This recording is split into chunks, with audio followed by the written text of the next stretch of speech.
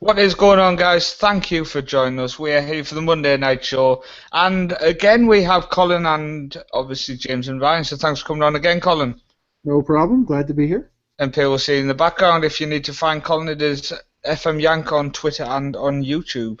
And then obviously we have James has released a new Football Manager Whizzkids database. James, since you were last on? I think there was one about a week ago, but there's another one due out tomorrow or Wednesday at latest. Fantastic. But let's get on to the week's football action. Now, obviously, the big talking point is the FA Cup, which happened on Saturday. Fantastic game, fantastic build-up by the BBC. Really good. They had basically I think it was from lunchtime, I tuned in, and there was stuff like Gary Lineker's Road to the FA Cup, I think it was called. Fantastic show. I don't know if any of you lads saw it. Nope. Brilliant. Well, if anyone's listening, just let me know. I loved it. I thought it was really good. Obviously, it appears I was the only one who did watch it, but it was good. But the game wasn't on by me. No. I assumed it wasn't on in America. What was the game like? What was the American perspective? We'll start with you, Colin, from Arsenal 4, Aston Villa 0. I was excited to watch it. I always like the Cup finals, and Saturday was certainly an awesome day for it. It was a good game. I think it was very one-sided. I didn't really think at any point Aston Villa really challenged Arsenal. So, it was a good game, good for Arsenal. Glad they repeated. But for the most part, it was the build-up wise in that it was pretty big because that's sort of the big feature deal here, since English soccer is really probably the most popular. So, there was a fair amount and a lot of the history of Arsenal and Aston Villa sort of emergence a little bit in the competition this year. But the game was good. I enjoyed it. I certainly did enjoy it. I mean, that's Arsenal winning the record 12th FA Cup, Ryan, and retaining it obviously for the second year in a row, which is impressive. Deservedly so. And Colin was saying before we even came on air, it was Arsenal from the off. Don't know what Aston Villa were doing, but their football was dreadful. What I'm going to do is I'm going to make all of you sweat now, so I hope you're all on the edge of your seat. Sanchez was the second Chilean to score in the final. I don't want to know who the first Chilean was because I can guarantee, unless Ryan's Googling now, you might not know. But in what decade was the first Chilean to score in the final, James? 80s. Oh, no. Before that. Come on, Colin. 60s. Nope, Ryan. Sorry. 50s. Colin's got it. I think it was 58, from what I remember from my listening to the football. I think it was 1958. I can't remember the person's name, unfortunately. It is a couple of days since the game, and my memory's not that good. I can't remember everything, no matter what James tells you. But they're the first team, James, to win by more than one goal since 2004, which I'm surprised to be reading. Yeah, it's a bit of a shock 4-0 for a cup final. You don't usually see them well, not high scoring games, but I mean they're usually a lot tighter. But I was pretty pleased to see Aston Villa get steamrolled.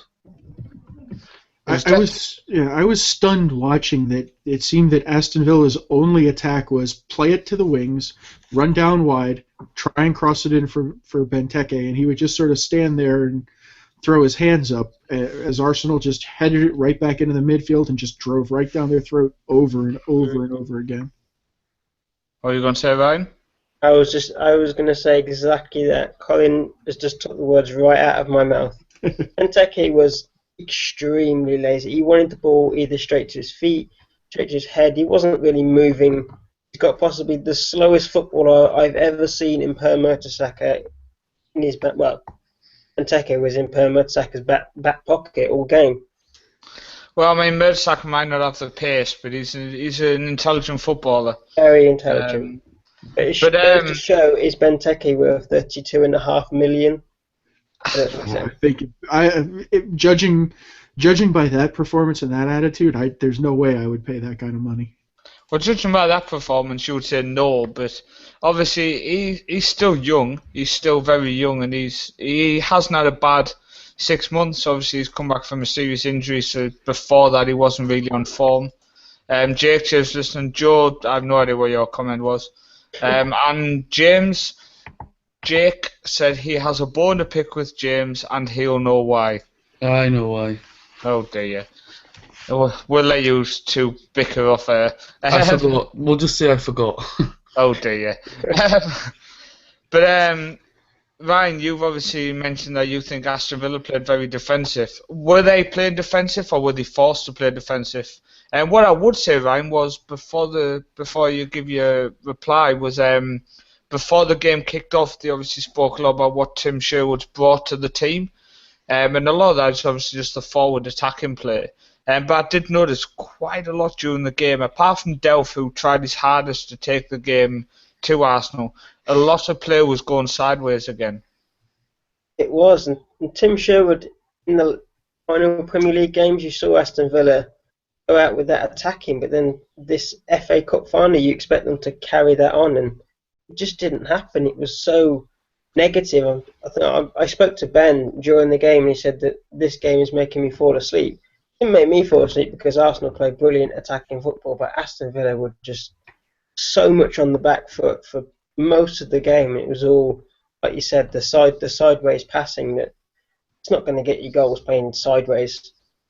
Now, one thing you said, Ryan, which I'm going to put to Colin, you said you don't understand why Charles Nzogbu was picked ahead of Bonglaho.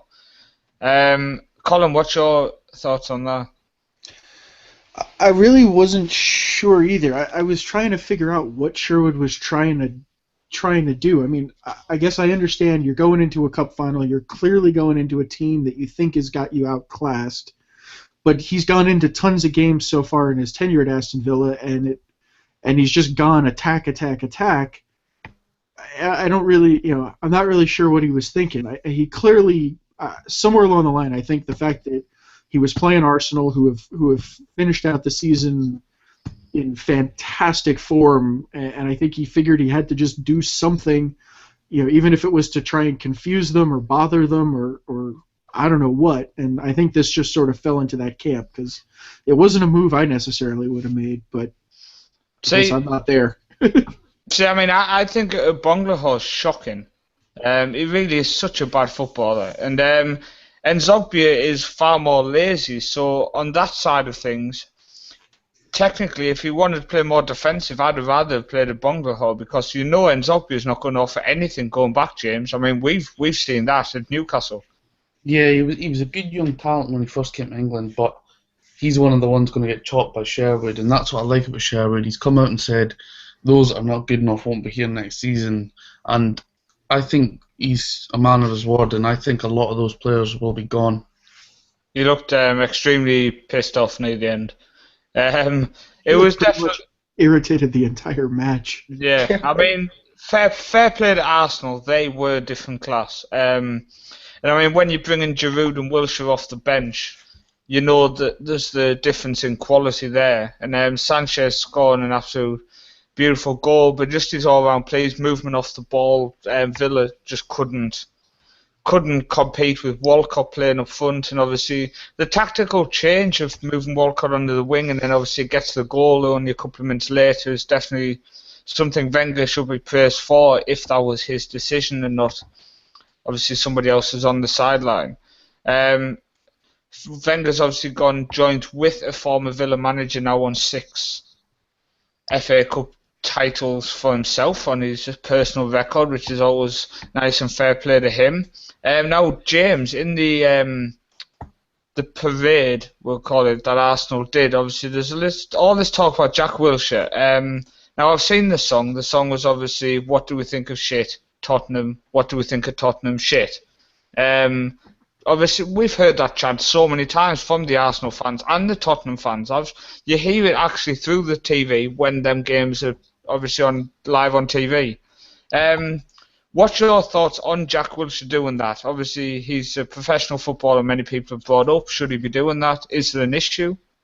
I think there is, because, well, one, he shouldn't be doing it. He's meant to be a role model. He's got children himself, and I think the main reason is it's because it's Jack Wilshere, and he's been in trouble so many times. Like, he got caught smoking twice in public, and it's just the type of thing you'd expect him to do. And he's shown a bit of immaturity there, and he has done in the past. And it's disappointing to see, really, because he hasn't done enough on the pitch in the last couple of years to really walk around like he knows it all. See, it's interesting because my thoughts on it are that he's not really done anything wrong. He's grew up as an Arsenal fan. He doesn't like Tottenham. He's celebrating that Arsenal won a trophy. He just wants to have a little bit of a dig at Tottenham. I mean, We'll do it, but not on an open bus in front of thousands of people and all the sky cameras. I mean, I think one way to look there, obviously, there was a lot just obviously about the fact that he said the word shit. And is that really what the world's coming to? I mean, I put it across, obviously, in Norway, the word shit is used literally daily because they'll say the word shit for if they do a mistake. It's not classed as like, oh, you shouldn't say that. And, I mean, surely even in England, Ryan, the word shit shouldn't be like, oh, he insulted Tottenham, he called them shit. Technically, they are. Well, that's a personal opinion, but when you're looking at it from a professional footballer saying it on TV, and potentially you've got like 5-6-year-olds that are going in and saying it, a child could then go into school and start saying exactly what Jack Wilshere said. Start them young. Start them young. Why not? Hey, I'll tell you what, if my kid starts picking up a Sunderland shirt, he'll get told. put that down. Jake just said there he was mocking a rival. James, your little boy, he turns up, tells you he wants to be a Sunderland fan. Would you explain to him what your thoughts on Sunderland are? Would you go and buy him a shirt? I would get him a new address. Exactly. That's worse. James is disowning his family. Joe said, do you think Alexis Sanchez knew what Wilshere and the fans were chanting? To be fair, I heard that Alexis Sanchez can speak English. He's just a very quiet bloke, away from football. So maybe he did. You'd hope he can speak English by now, or not fully, but at least some. Maybe and I'd imagine, given his time at Barcelona and just being on world tours and premier, at that elite level, that I got to imagine he can speak it. Whether he chooses to often or publicly much is probably a different story. I think that's the case. It's kind of like Pochettino. He only speaks English when he needs to speak English. Yeah. But just to end the Jack Wilshere thing, so obviously was a big talking point yesterday. Colin, in the United States of America, if a sportsman did what he'd... Have you seen it, Colin? No, I didn't. I'll send you the YouTube video. It's all over YouTube. Sure. But if, obviously, a sportsman got hold of the microphone on an open bus parade and did that, would it make news? Oh, sure. Yeah, absolutely. I think it would make news. There's no, obviously big teams, rivalries, you talk about it, but I think from a sportsmanship perspective, probably bad taste. Was it horrible? Bad taste, I guess, is not the greatest thing in the world to do. But yeah, it would certainly make the news. Jake's just saying Chesney joined in as well. I assume he couldn't spell Chesney because he just put his first name. But just a quick mention, obviously, this week Rio Ferdinand, former England captain, announced his retirement. After 18 years as a professional footballer, he said he now feels it's the right time for him to retire from the game that he loves. As a 12-year-old boy kicking a football around on the Friary Estate in Peckham, he never dreamed that he would play for his boyhood club West Ham, captain Leeds United, win the Champions League with Man United, or rejoin his first manager Harry Redknapp at QPR. He will always regard the 81 times I played for England with immense pride. They're all treasured memories that will last a lifetime. We all know he loves the game. He was a fantastic ball-playing defender, James. Some people have said Vidic made him look better than he was, but obviously he was a top-class defender before Vidic came along. For me, the second best ever defender to have played in the Premier League. He's that good. That good. Behind Philip Albert. Well, Let's not all quite. let's all remember the chip against Man United. Do you remember that, Ryan? I think I've seen it. I may not remember it. Unbelievable. Yeah, he actually sells fruit and veg at a stall now. Does he? Yeah, he owns a little stall at a market. There you go, guys. See, only James from the Whizzkids knows this stuff. Yeah. That's the most random bit of news, James. I think you're going to tell us tonight. But yeah, Colin, what if any has the reaction been in the United States? Obviously, as you said, the Premier League's big news. Rio Ferdinand, former England captain as well. I don't think it probably registered nearly as much in that sense, just because obviously there's no sort of deep national, connection with him in that sense. But it's been generally well received as an absolute dynamite footballer and a fantastic world class athlete all around. It's sort of reached the end and is hanging up. Obviously, it's been a difficult season and a difficult year for him, personally and on the field, and it's hard to blame him for picking this time. So it's a shame that, on Saturdays and Sundays and that he won't be out on the pitch anymore. But I think I feel glad that I at least got an opportunity to watch him play. I think it's going to be interesting. Well, we'll ask Ryan and James. Does he still? Didn't he start doing a prank TV show? Didn't he a few years ago? Did that randomly stop? Or?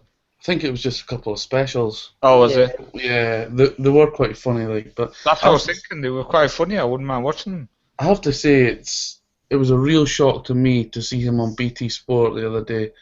Now, 4 weeks after his wife passed away, it was a real shock. So, fair play to him for getting back out there. He was even cracking a smile and whatnot. It was really good to see him back on TV. And Yeah, I miss from the pitch, but credit to the punditry that they'll get. Yeah, definitely. But we're going to move on to some recent interesting transfers. Obviously, James will know that I'll throw a few more in once I go through this list. Christian Atsu has gone from Chelsea to Bournemouth, Ryan. Definitely a good sign for Bournemouth. They've added a few. They've obviously added Joshua King as well as Adam Federici, who's a really good goalkeeper. So fair play to Bournemouth getting the deals done early. Yeah, and I think they were always going to get some deals done early, and why not? If the people are free and they're available, snap them up. Because I would imagine that Atsu would have probably been wanted by other clubs, and he's a Belgium international, I think. Maybe I may be wrong there, but it'll be good for Bournemouth, and if they can get good enough players in, then they may survive in the Premier League. It's going to be interesting. Obviously, the football they played, they're either going to survive or get absolutely battered. So we'll soon find out. Graham Dorrans has made his loan move to Norwich permanent from West Brom. Massimo Luongo, who you know, Ryan, as an Australian player. Yeah, twin player. I think he used to play for Tottenham, if I remember rightly. Yeah, I have got that right. Gone to QPR, and I think there's another one that's gone to QPR. I remember James saying that someone should have joined him. Ben Gladwin. That's the one. There we go. Also, Jacob Horgaard going from Midtjylland to Stoke. So that's a guy coming into the Premier League. There's also Kevin Wimmer coming in from Cologne to Tottenham. A player who I don't really know much about. They've got too many defenders. You tell them, James. And they're going to find it hard to ship out the likes of Kabul and whoever else are selling on the contracts that they're on. That's the issue, getting rid of some of the ones who've got, like you said, due to the contracts, they're just happy to sit it out. I mean, you got to remember, some guys just treat it as a job, and they're willing to go and turn up, kick a ball about at training a few days a week, and then get sent home before match day. Pick up their money. I thought, you know what, Tom Evans just said that's who plays for Ghana. I thought it was one from Ghana, but I wasn't sure if that was just the guy from Marseille and then the other guy didn't. So, good job, Ryan. What else? You've got Nathan going to Chelsea. So he's so good he doesn't even have a second name. You've got Scott Sinclair's made his loan move to Aston Villa permanent. And then you've got Xavi leaving Barcelona, Colin, and going to Al Sadd. Is that a sad move? I had to do it. It's tough, right? I think he obviously didn't play as much as he did, he was used to this year, but I think he was still massively impactful. So do I really think he's done at a La Liga level? No, not by a long shot. Do I understand what Barcelona's doing? Sure, it's a business, and this is just a reality. I think the part I find sort of sad in the whole thing is he's kind of going to a league, at least from where my ability to view and things like that, it kind of folds into obscurity. Would I loved for him to go to a place where I would have stood a shot of at least still watching him play? Yeah, but I don't think he got a huge amount of options, and I think he took the best of what was for him. So I look forward to watching him on Saturday for the last time in a Barcelona jersey. Now, one of your local rivals, Colin, in NYCFC, they were linked with Xavi. Do you know anything about what's happened there? Was anything said in America? Did he turn your rivals down, or did they not actually make an offer? I know there was a ton of talk last year around after Lampard and Villa were signed that he was going to be a part of that deal, as well, that he was going to come over. It sort of disappeared off the radar for a while, and became it phased in and out. I know they were trying to get him, but my guess is it came down to money. While they didn't say anything publicly, in New York City said, well, we're on the fence. We're not sure if it's the right move or a good move for us. My guess is at the end of the day, it really came down to money. That by moving to the club that he did, they were basically going to pay him almost anything. Whereas with the MLS rule structures and salary structures, and having to go after a designated player and all the sort of complexity that comes with that he was going to make out better financially, and I suspect he just made the move that worked out best for him. I mean, he's had a good career. He's won a lot of stuff, so you can almost say fair play to go where the money is, James, just to get a couple of extra million to leave his kids. Yeah, I mean, that's got to be the reason why I'm disappointed we're not going to really get to see him. But I still believe if he stated that he wanted to come to the Premier League or wherever, he would have had interest and offers. And I agree, I don't think he got that many offers. Well, I think we'd have had him, James, in Newcastle. I mean, I know we've got the likes of Goufan have played centre mid this season, so he would have had a tough challenge to get into the squad, but worth a go, wasn't it? You never know. Him and Colback side by side, just good as Xavi and Iniesta. James, I'm going to throw it over to you just off the top of your head. Is any deals this week which have shocked or surprised you? Players either getting released or loans permanent? There's a few players being released, of course. I mean, the likes of Drogba's gone. Glenn Johnson will be away to go. There's quite a few, but there's a lot of manager changes as well. And Watford just signed that Sebastian Prodl today. So it looks like that Watford and Bournemouth are the ones making early starts for life in the Premier League. Now, out of the three teams going up, Ryan, a lot of people obviously fancying Norwich to do the best because they've got very recent experience in the Premier League. If you had to go through them teams, who do you think's going to kind of settle the quickest? Who do you think's going to end up surviving? I think Norwich will settle the quickest because, like you say, they've got the experience. They've been in the Premier League before. I do think Bournemouth will survive because they've just got that mentality that they'll just keep going and they'll keep pushing. They may end up doing what Leicester did this year. They may struggle, and then at the very last minute they'll just surprise everybody and finish mid-table, 14th, 15th. Watford, I can potentially see them struggling. I think Watford are going to crash and burn. I just don't think they've got the stability. I think they'll end up sacking the manager, panic more, sack another manager, and just go through them like the trying to build a team of managers. I can see Bournemouth doing well and doing a Swansea, but I can also see them completely collapsing and doing a Derby from a few years ago. So it's definitely going to be interesting. Norwich, exciting, that's for sure. Oh, it's definitely, James. As long as they don't panic and play really defensive. I don't think they will. I was going to say, I don't think they've got it in them to do that. No, Eddie Howe sets his team up the way they played in Championship is the way they'll play in the Premier League. It's all or nothing, I think. It's going to be interesting to find out. Colin, I'm going to put to you first a question from Joe on the side. He's just saying, who do you think is going to be the biggest player to move clubs this summer? Biggest this summer, probably De Gea to Real Madrid. I can't see it not happening. I really can't. I think that's probably the biggest move that I see this summer. What about yourself, Ryan? I'm hearing a lot of rumours that Arturo Vidal could be moving to Arsenal. Apparently his agent was at the FA Cup game, so I'm going to go with that one.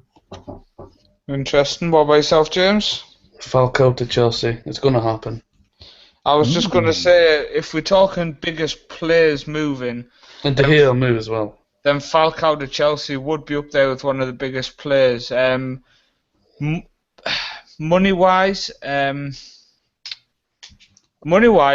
not too sure. I don't know if you guys saw, but I saw rumours that Costa wants to go back to Spain. I can't see it happening, but could it be one of them outside things which randomly just all of a sudden appears? No. Yeah, I don't see that. I think the biggest money transfer this summer is probably going to be Pogba leaving Juventus. Possibly, but then he could stay, couldn't he? I think they're going to cash out on him. Pogba will go to PSG and Kabay will leave PSG. He'll come back to Newcastle. He'll join Arsenal. Yeah. And Arteta will go back to Spain. I've heard there's a £7 million bid being accepted from Sociedad for Arteta. I wouldn't be paying that for him anyway. And I don't think Sociedad even have $7 million to play around with after reading David Moyes' latest media press conference or whatever it is. I don't know where I saw it. I think it was on Twitter I saw it. So I saw the same. Yeah, I saw the same thing that Moyes was trying to bid for him. But yeah, I think James is exactly right. I mean, once you get below, the really big guns in Spain, those clubs are just so destitute. Which is why I was glad to see Sevilla put in a good Europa League final again. That hopefully. With them getting into the Champions League, Valencia, some of these other clubs starting to play more in Europe, that they're going to get a little better, get some more money into there, and put something more in there, because the rest of the Liga is just sort of floundering around. So that's fantastic to see Valencia back in Europe, by the way. Over the recent years, their money troubles and having to sell all their big players, being forced to really, and even after selling one or two, they have to keep selling. The likes of David Villa, Juan Mata, big players leaving for big money, and it's great to see them back in Europe. Yeah, absolutely. I'm looking forward to seeing them next year. There's been nothing else mentioned about DC Comics suing them as well. That went quite out. Do you remember that? It was on our show nearly a year ago now. And I've heard nothing since about that, so maybe that's been just buried under the water. Did you hear about that, Colin? No, I didn't. I'll have to go look it up. DC Comics was going to sue Valencia because their badge looked slightly like the Batman symbol. But obviously, I assume Valencia might actually win that, as soon as their badge was around a lot longer than Batman. So it was definitely an interesting and a very funny one to bring up about. I think it was nearly a year ago. It was in one of our first shows. November 2014. There you go. Jake said, didn't he say Falcao and Vidal? No, Jake. James said it to you. Jake's got a bad memory, bless him. The next topic, it almost kind of drags in some MLS. So before we're going to talk about introducing the wage caps, etc., again into football, because this is something which is constantly getting brought up. Colin, just what's been happening recently in MLS? How is the league going? Who's looking good? Who's looking bad?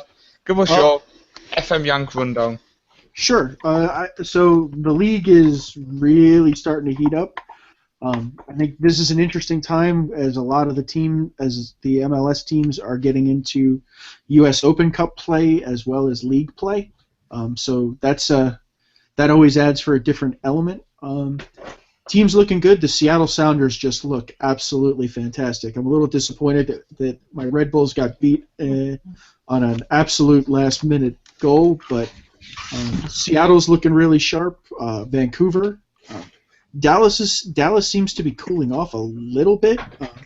The Friday night game with Sporting Kansas City looked fantastic.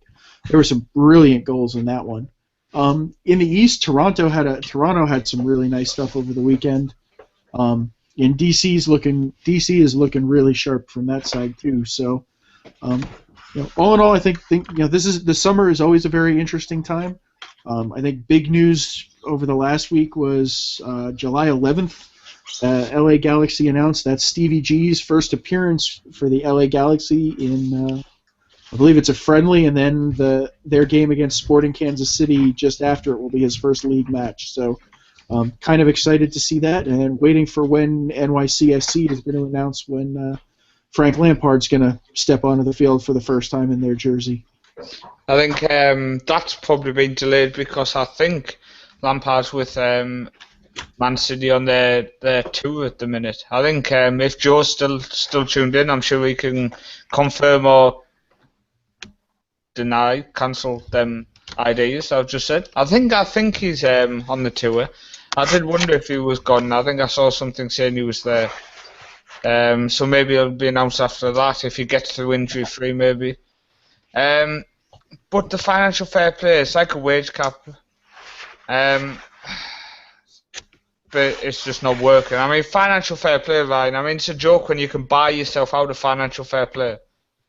I mean, it makes no sense when you break financial fair play. Now, remember those, financial fair play. And the way of apologising for breaking the financial fair play is spending more money by paying a giant fine.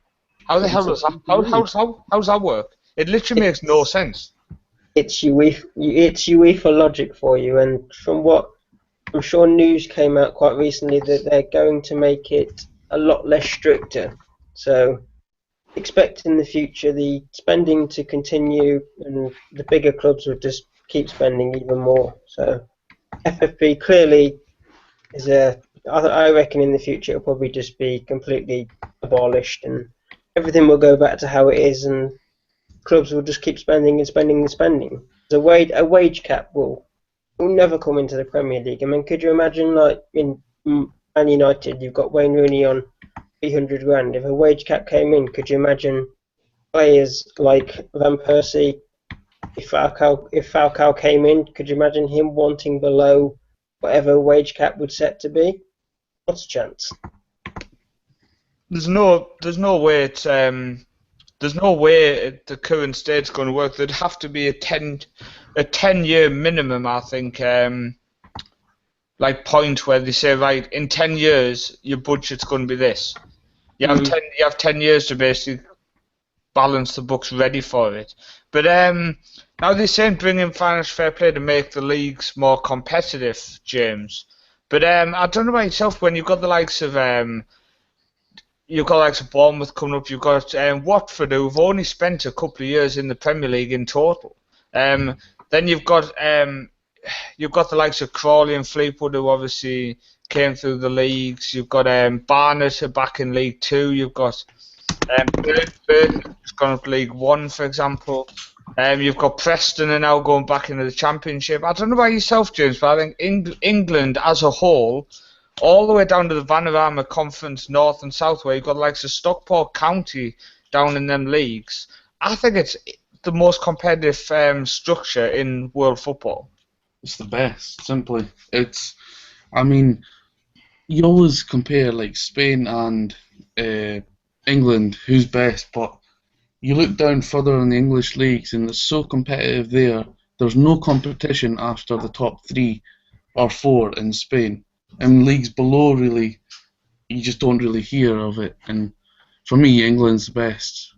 I mean, when you've got Bradford beating Chelsea 4-2 just this year, for example, Cambridge taking United back to a replay, I think financial fair play, Colin, because of the way it's working in America. Now, the league in America is very, very competitive. We're not even disputing that. But I just think, yes, it would be fantastic to bring in, because the way money is getting thrown around in football now is making the common man just kind of look at it at times and think, this is ridiculous. But to use the discussion that the leagues are not competitive enough because the big clubs are throwing money around, I think the leagues are competitive, and the English league structure shows how competitive it can be. Yeah, I think the English system is. I totally agree with James. I think the English system is absolutely brilliant. It's, all the way down it's incredibly competitive. But I agree with him. I think you get into places like France and Italy and Spain, and outside of the top 1, 2, maybe 3 teams, the rest is pretty much a wash. I mean, Spain's a great example. Most of those clubs are absolutely destitute.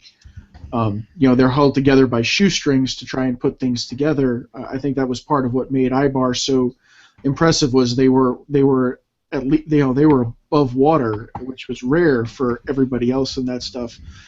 I don't particularly see an MLS style cost and league and salary structure really working in European football.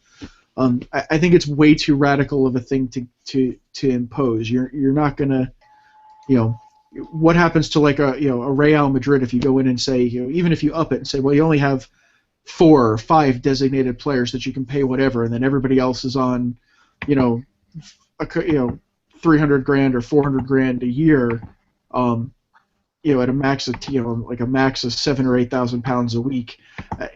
I just can't see that the big names in UEFA or whatever go for something like that. I think you're seeing the last sort of collective bargaining agreement in MLS. You're seeing a lot of push from the players to want to break it up a little bit more and kind of open things up a little bit more. So I understand the systems. I'm just not sure culturally it works, and I do think that you can have a good competitive, deep league structure without the caps in it. You just need to have clubs that are smart about how they run, their business. Yeah, and you need to have the big clubs given back. I think I'd totally agree that the big clubs need to maybe give more to the smaller clubs. But if you look at compared to the way the money in the leagues, Ryan, is distributed, if you look at, for example, Spain, the top clubs negotiate their own money. And where in England it's distributed a lot better, so them clubs in the 4th and 5th tier in the FA Cup nights, for example, are getting decent money instead of the small club turn up a room just to find out the TV money's already been discussed and they're not going to get anything. But even with that, the money is distributed evenly. There's still going to be a disbalance of top clubs they're always going to remain rich, and lower clubs who are receiving less are either going to have to get taken over by someone very rich to bring them up, or they'll just have to find some funding somewhere. Well, there's definitely obviously got a battle away up. I think when you look at, compared to other leagues, I think England's league is definitely one that people can be proud of, I think. Because of the depth in it. And I had something really interesting to say and I've totally forgot about it. But Joe did say Lampard was on the bench against Toronto last week, so thanks for letting us know about that. My mind's gone completely blank. James, I'm just going to quickly jump to you anyway and just say that obviously this week Sepp Blatter got re-elected into FIFA as the president. There's been a lot going on this week with FIFA. In what there's a lot of directions, James, where people want to see football go at the minute. A lot of people say, boycott FIFA, boycott UEFA should boycott FIFA, etc. What's your thoughts as a fan from all this? Do you care? Are you just worried about the football? Politics can just stay out of it? Yeah, I have no interest in it at all. For me, as long as my team do well on the pitch and my team continue to spend money, I don't really care about all that stuff. We're not at the top end of the football spectrum to be concerned with that, really. And the only thing I'm interested in, know that you will be as well, is just obviously didn't cross my mind when I just quickly asked the question, is obviously like the death toll in Qatar, for example. Given the World Cup to a country which can't run health and safety, I have no idea how they're going to run a World Cup. So there's obviously issues in FIFA, and people have obviously asked me this week to mention that, mention the FIFA situation tonight. It definitely needs addressing, but it's never going to get addressed when it's all corrupt. I mean, you can't have a vote against somebody when that person owns 90% of the people. I mean, he's always going to win the vote. He almost needs to be kicked out from the outside, which just isn't possible, Ryan. It's never going to happen, and FIFA's always going to be up there for being corrupt, and Blatter will always be slated in the press. I don't know if anyone saw that apparently he doesn't know what any of his employees are doing, so... Well, I mean... who knows? He just, I mean, he's 79 years old. I mean, if this was any other profession, he'd be forced into retirement. But they seem to just think this guy's walking on water. I mean, no doubt, his generosity to them helps. But Colin, I mean, obviously the United States is at the forefront of this because they've obviously came in and demanded extradition from Switzerland for 6 people. I think it's been reported. Obviously, it's all just reported at the minute. Yeah. Oh, just a correction. So Lampard hasn't appeared anywhere for NYCFC yet. Okay. I was just looking it up. Yeah, so I would say, one, never underestimate the power of American tenacity when money's involved that the government can get its hands on.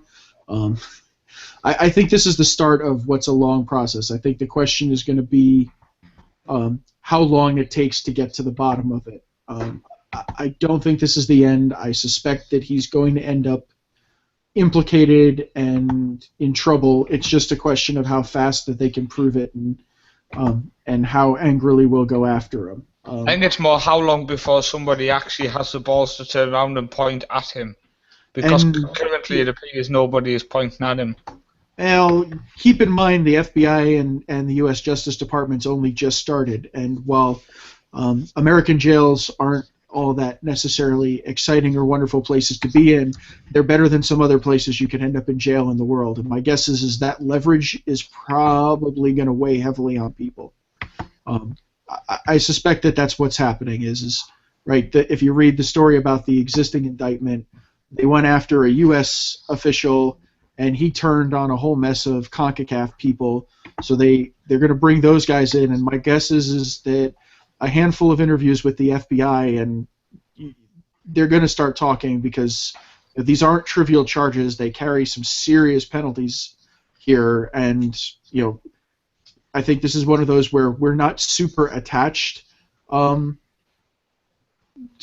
football, right? We don't have the same emotional attachment here, so the fact that we're prosecuting these guys, whatever, you're basically a big dollar white collar criminal here. So I suspect that this is going to get a lot worse for FIFA before it gets better.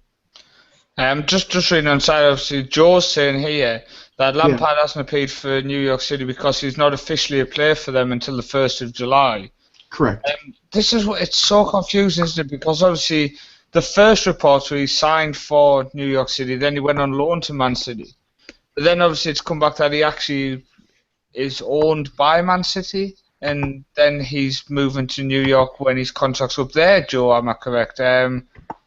He's technically contracted as a designated player to NYCFC starting in the summer transfer window of this year. So July 1 of this year, he'll be officially contracted as a designated player in MLS to NYCFC. So at this exact minute, he's not actually registered at all by NYCFC? No. Right. Neither he or Stevie G are technically See, the Stevie MLS G one players. we understand because obviously it was always known he was letting his contract run out at Liverpool. But obviously the Frank Lampard one obviously was shown signing contracts etc. with New York City.